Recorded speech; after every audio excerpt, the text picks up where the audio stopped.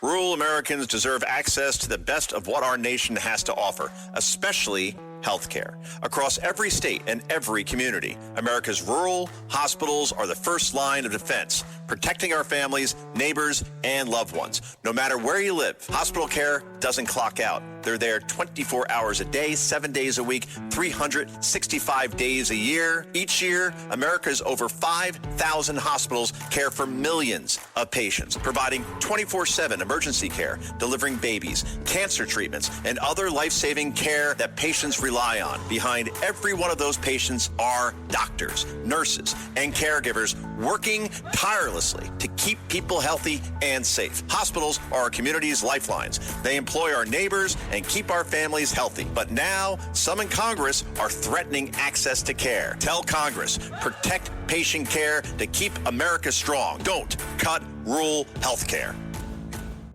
Listen, all you New Yorkers. Excuse me. Taxi. Okay, man, we're looking around. This is the 77 WABC minicast.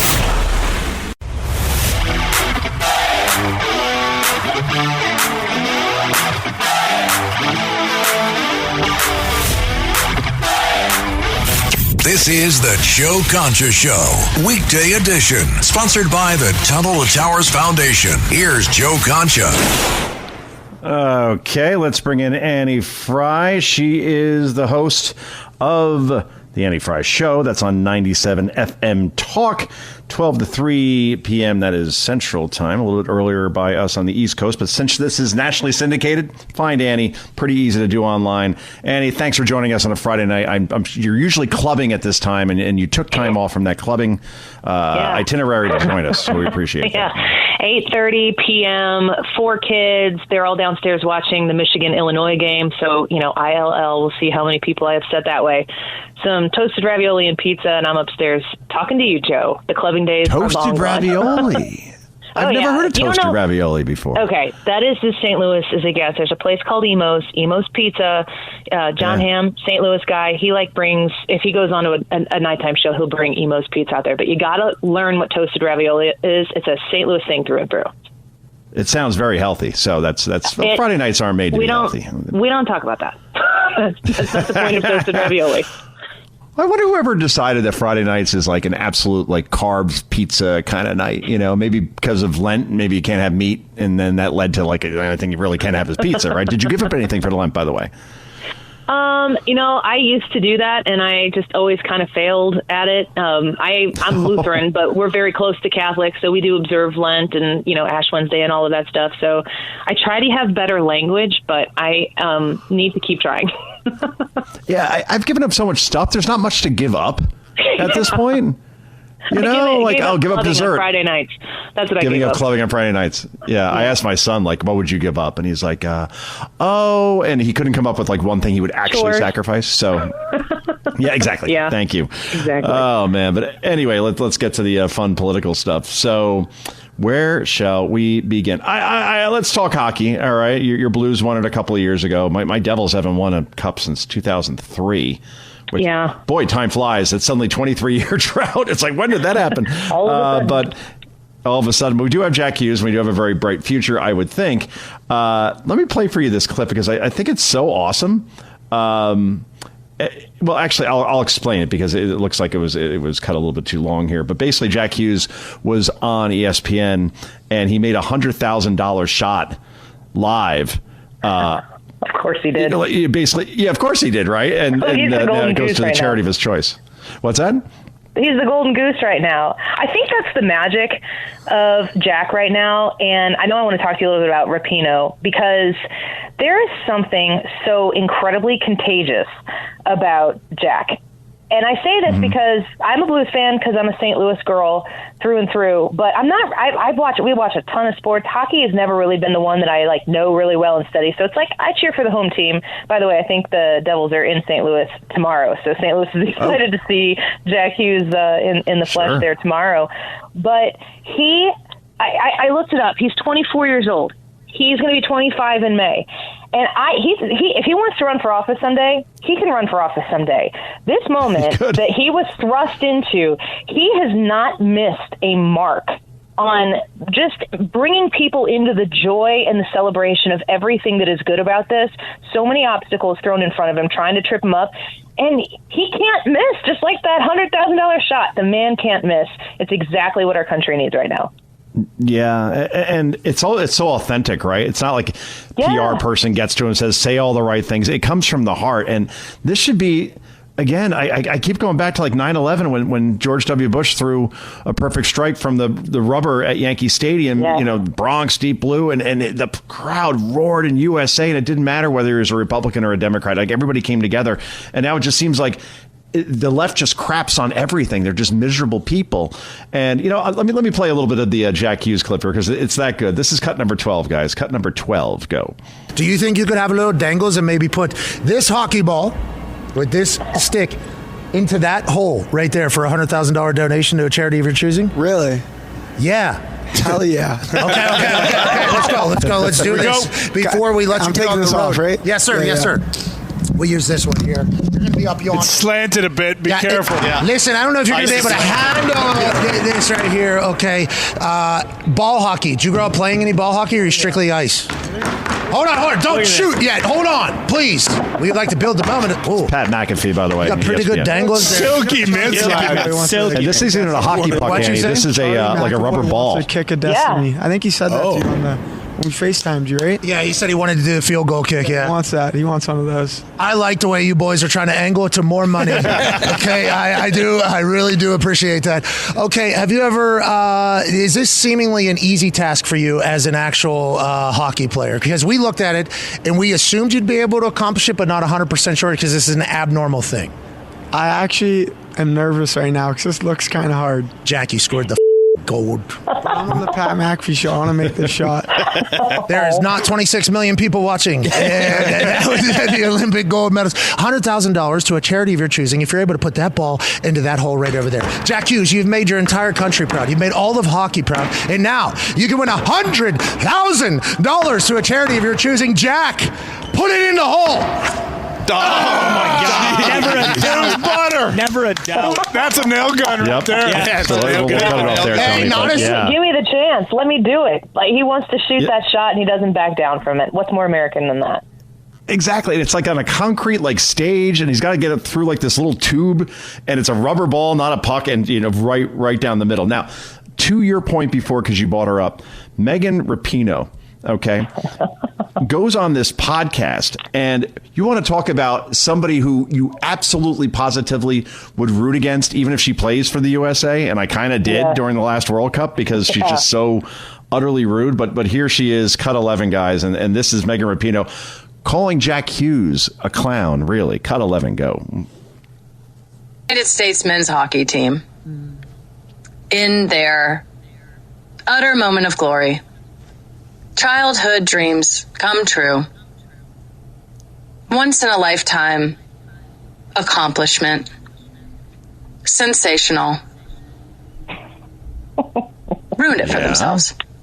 Ruined it. Because they allowed themselves to be totally co-opted, yep.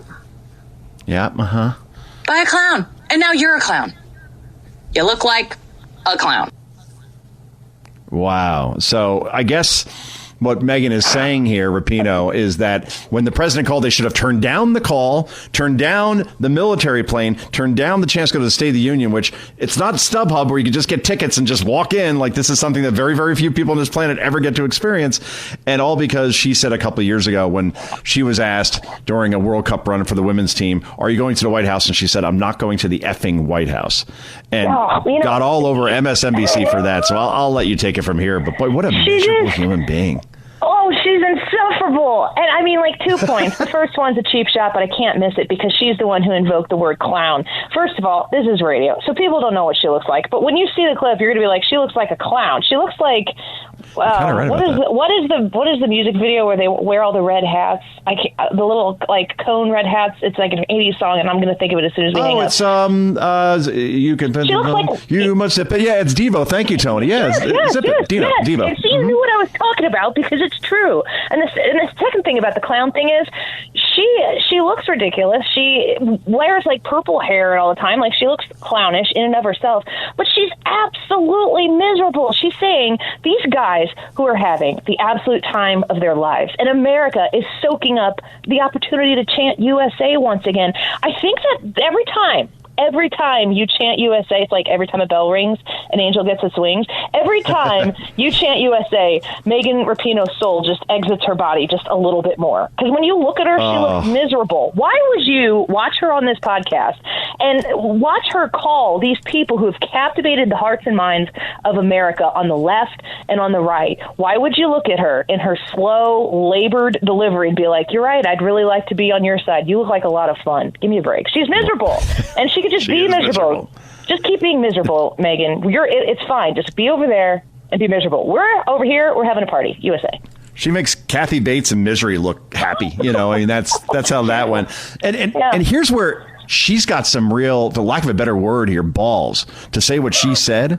Because remember, in 2023, when the Women's World Cup team, heavily favored, I mean, no one's going to come close to beating this team. They won 2 consecutive times, the Women's World Cup. And then it comes down to the shootout at the end, right? Basically, it's like a penalty kick, which everybody makes, and if they don't make it, the goalie makes some sort of insane save, and she puts it a good 10 feet above the goal and loses it for her team. You'd at least have a shot that would actually, if the goalie didn't get there, it would go into the goal, and she choked, but now we know why. She didn't want to be a clown. So now it actually... Didn't want to be a clown? Yeah, maybe that's it. But at the same, like, that is the lasting memory of her career, that miss, right? And... so she went out like that, and Hughes scores the goal, and he's now the. I can't get over this. But Mike Eruzione, who I've met and is a good guy. He was on the 1980 U.S. hockey team, Annie, and we're talking to Annie Frey, the great radio host of 97.1 FM in St. Louis. Here is Eruzione going off on everybody who went off on the USA hockey team, and he does not hold back here. Cut number 10, go.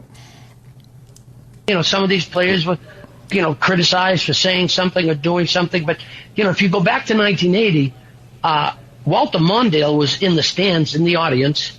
And after the game, I talked to Jimmy Carter on the phone. Jimmy Carter called the locker room, and I spoke to him, and he invited us to the White House the next day. Right. And there was no negative press. There was nothing bad. Look, I've said this many times and probably put this on my grave, but other than being a police officer, a firefighter, or somebody in the military who protects and serves our country, there's no greater feeling than putting on a USA jersey. You're not playing for Boston, Chicago, New York. You're playing for your country. And when you experience that moment and have an Olympic gold medal around your neck and the joy that it brought to so many people, who listens to the other side? Who listens to people bitch and complain? Shame on you. Exactly. Shame on you. Eruzione bringing it like he did against the Soviets back in 1980. The last thing I'll say about it is that we have the perfect quote this week from the President of the United States when he looked at the people to his right, those Democrats who couldn't stand up for anything that was America first. And he said, these people are crazy. We have to get back to the place where we call out people who are miserable, who are crazy, we've spent decades now trying to kind of walk on eggshells, not upset people. You don't want to be labeled a hateful person, but look where it's gotten us. We got to get back to saying to the Rapinoes of the world, like, hey, you want to be miserable, but you look freaking miserable, and I want nothing to do with it. We're going to party. And just continue to be happy with the things that make you be happy and pursue happiness in other ways where you feel like you can be pursuing it. The left, they're a buzzkill around every single turn. It never fails. They're never happy. And, I keep asking myself, what would make them happy? What could possibly make them happy? You think Trump resigning would make them happy? They're going to be freaking out the second they realize that the vice president is going to be the president. Have you met J.D. Vance? Lefties. Like, he's got a lot more years ahead of him, a lot more future ahead of him than Donald Trump. They'll never be happy. Let's stop trying to make them. Annie, Gavin Newsom just said that this week, where he says, I fear J.D. Vance even more. Like, they're already setting it up that Vance will somehow be a worse version of Trump. It's really remarkable. You're right. Be the cool, happy, optimistic party. And I think that's what wins every time, right? You think of every slogan going back to Reagan in 1980, shining city on the hill. Or obviously, who else was it? Barack Obama, right? Hope and change. No, where's Morning that? in America. Yeah. Morning in America. That's Hope right. And change. That's Obama. I like Hillary's. I'm with her. Okay. Yeah. That was it. You got to be more specific about which her. She's a little inconsistent on that one. Hey, can we do one more hockey-related soundbite? Because just to go back to the misery part. So Jon Stewart, who now does the Daily Show once a week, and it's kind of weird watching a 60-something-year-old guy still cosplaying like this 20-year-old snarky kid. It just looks awkward. Yes. And then he has a podcast also where he just looks completely and totally, to go back to that word again, miserable. Here he is going off on the USA men's hockey team for being, they're just too happy to have won this. They're sore winners. And this is cut number 8. Cut number 8, go. So I offer, it's very rare in athletic competitions that you see sore winners. But it does appear that America, while rightfully celebrating the incredible feats from the men's team and the women's team in ice hockey, it does feel incredibly personal that we're acting as though Canada is our long-term nemesis. Dude, if you follow hockey, yeah, there's no more Soviet Union. His podcast should be called 5 O'Clock Shadow, and it should air. They should publish it at 5 o'clock every day. It's just you're right. You need to people just lighten up. Lighten up. This is something to celebrate. Yeah. And Canada is our big rival in hockey. They've beaten us in several gold medal contests over this past century. Obviously, going back to 2002, they beat us again in overtime. Sidney Crosby. Russia wasn't even there this time. So Canada, they were the favorites, and we beat them. And he's just like, they can't really treat them poorly. This much celebration of the United States of America. They hate it. It goes exactly against what they normally stand for. And again, let them be miserable and let them keep talking about it because it repels people. So hopefully it'll repel voters as well. Indeed. And somebody who repels people sometimes as well, Annie, and then we'll let you get going. This is going to be cut number 1, guys. Cut number 1. This is Roseanne Barr talking to our friend Piers Morgan, explaining what a woman is. OK, this is Roseanne at Roseanne's finest. Cut number 1, go. Do we have cut 1? Thank you. No cut 1? What is a woman? Guys. Nope. A woman is me. A woman is somebody whose breasts hang down to her stomach and who has a prolapsed uterus from giving birth to 5 ungrateful little bastards who have never had to work for a thing in their goddamn life. That's what a woman is. Well, I know Annie, men I'll give you can't the do final some word. of those things. 41, had 4 kids. I could get plastic surgery or do a handstand and everything would look the way it used to. So I'm on my way to being Roseanne Barr. Wow. Yeah, you're like JD Vance, right? JD has a 4th on the way. I don't know how you do 4. I do 2, and 2 is... Yeah. It feels like a heavy lift. A lot of running. But you're still playing man-to-man, but you get to 4, that's zone defense, and just, pray to hang on. But anyway, I'm being told we got to go. But Annie, thanks so much on a Friday night. No clubbing for us, but perhaps we'll, next time I'm in St. Louis, we'll do that whole, what is that, toasted ravioli thing? Toasted ravioli. I'll send you some sometime. Thank you, Annie. Have a good night and a good weekend. And this is Joe Concha. This is Concha at Night. We wrap this puppy up in just a moment. This is the Joe Concha Show, weekday edition. Joe Concha. Sponsored by the Tunnel to Towers Foundation.